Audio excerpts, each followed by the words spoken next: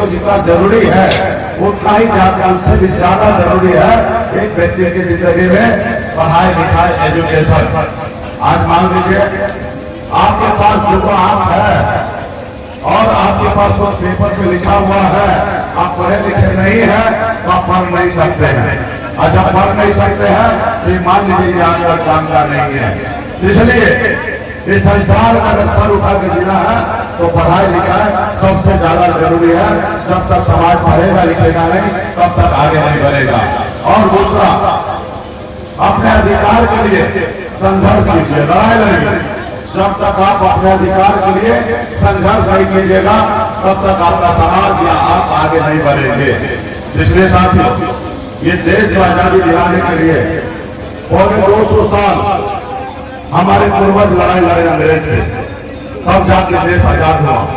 और हमारे पूर्वज का एक ही संकल्प था, एक ही सपना था कि देश आजाद होगा और इस आजाद भारत में हमारे पीढ़ी सर उठा के जिएंगे। लेकिन हमारे पूर्वज लाखों की संख्या में शहीद हुए, जैसे हमारे शहीद जीवास्वामी जी, ऐसे लाखों किसान का बेटा, दलित का बेटा, किसान का बेटा शहीद हुआ, देश आजाद हुआ।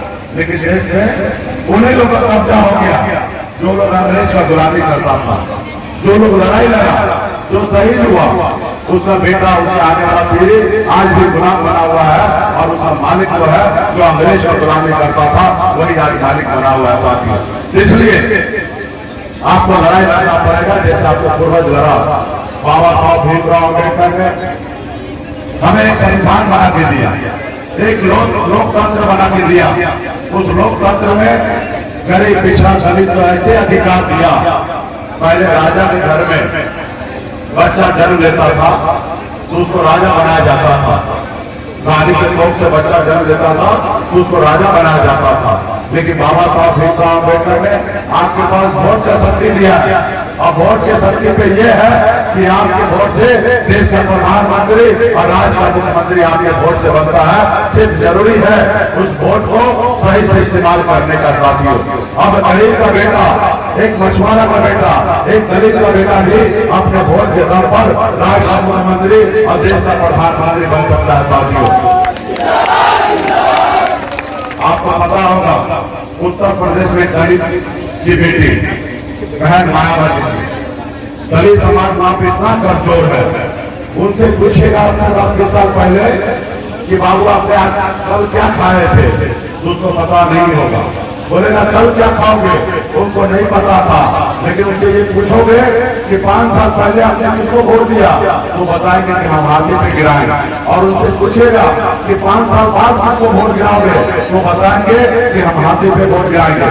ऐसे समाज जो 4 दिन का ध्यान नहीं रख सकता, ऐसे समाज में अपने एक बहन मायावती दलित की बेटी को 4 बार मुख्यमंत्री बनाया साथियों, 4 बार मुख्यमंत्री बनाया। और देखिए कितना समाज में सुधार आया, कितना कल्याण हुआ वहां पे। इसलिए साथियों, अपने वोट बैंक को समझना पड़ेगा, अपने अधिकार को समझना पड़ेगा।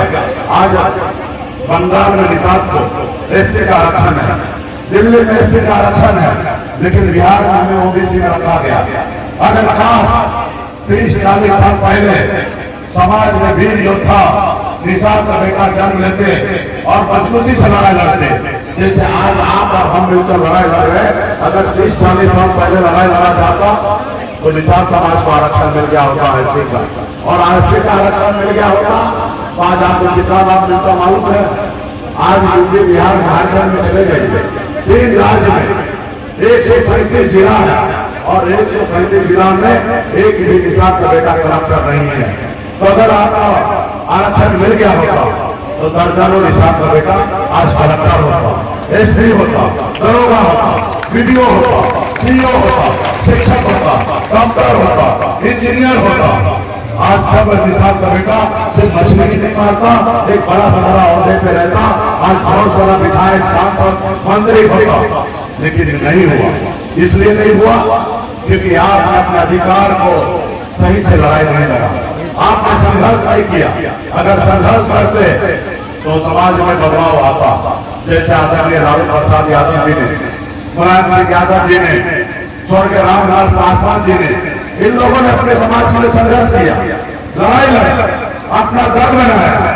जब दल बना इन नेता का इनके पास इन समाज के लोगों ने इनको साथ दिया, और जब साथ दिया तो 15 साल लालू जी बिहार के मुख्यमंत्री रहे, और जब बिहार के मुख्यमंत्री रहे तो देखिए समाज कहां से कहां पहुंच गया। और आज आप कहां है, पासवान जी या मुलायम सिंह यादव जी, इन लोगों ने अपने समाज पर लड़ाई लड़ी, संघर्ष किया, और संघर्ष के बदौलत अपने एक मुकाम को हासिल किया और अपने समाज को भी बहुत कुछ उन्होंने देने का काम किया। साथियों, जब तक आप संघर्ष नहीं करेंगे तो आगे नहीं बढ़ेंगे।